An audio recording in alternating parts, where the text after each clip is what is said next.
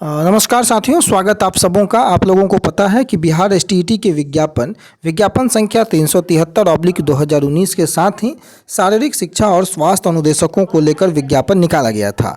और आपको पता है कि उस विज्ञापन में चूँकि 8386 कुल स्वीकृत पद थे और इसमें 3500 के आसपास या 4000 के आसपास अभ्यर्थी क्वालिफाई हुए थे।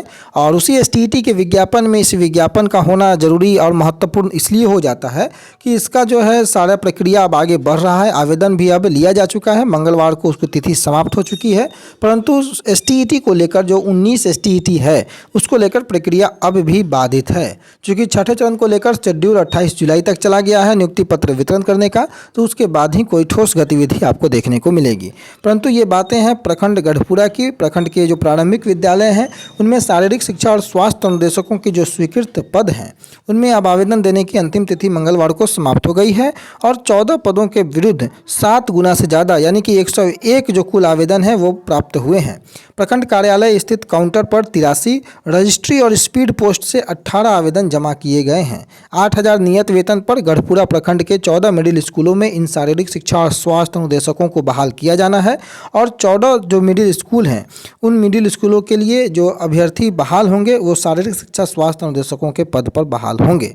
11 से 26 अप्रैल तक आवेदन लिया गया और प्राप्त आवेदन पत्रों पर संबंधित नियोजन इकाई के सदस्य सचिव जो हैं उन आवेदकों की औपबंधिक मेरिट लिस्ट तैयार कर उन्हें जिला के वेबसाइट पर 29 अप्रैल को यानी कि कल प्रकाशित करवाएंगे।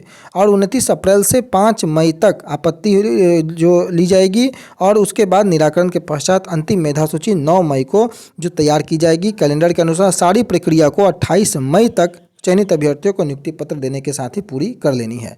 14 स्कूलों में ये बहाली होनी है और 14 में से 10 सीटें महिलाओं के लिए आरक्षित कर दी गई हैं।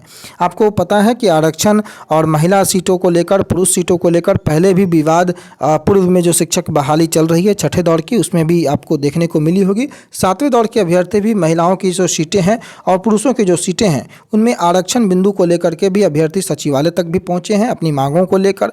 चूँकि आपको पता है कि महिलाओं की सीटें लगातार खाली रहती जा रही हैं और पुरुष अभ्यर्थियों की सीटें नदारद हैं।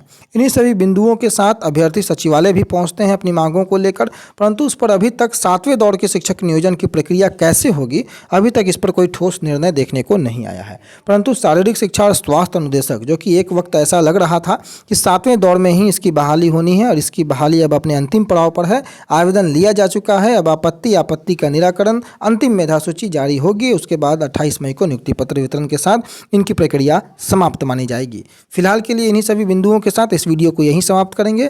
इसी उम्मीद, इसी शुभकामनाओं के साथ कि जो अभ्यर्थी इसमें शामिल हैं उनकी बहाली जल्द हो और जो अभ्यर्थी बिहार स्टेट के इंतजार में हैं कि 7वें दौर का एसटीईटी हाई स्कूल और प्रारंभिक जो है वो कब आएगा, उनके लिए भी यही उम्मीद कि जल्द ही जल्द इन सारी प्रक्रियाओं को पूरा कर 7वें दौर के शिक्षक बहाली लाई जाए ताकि सभी जो बेरोजगार अभ्यर्थी हैं उनका भी कुछ भला हो पाए। धन्यवाद।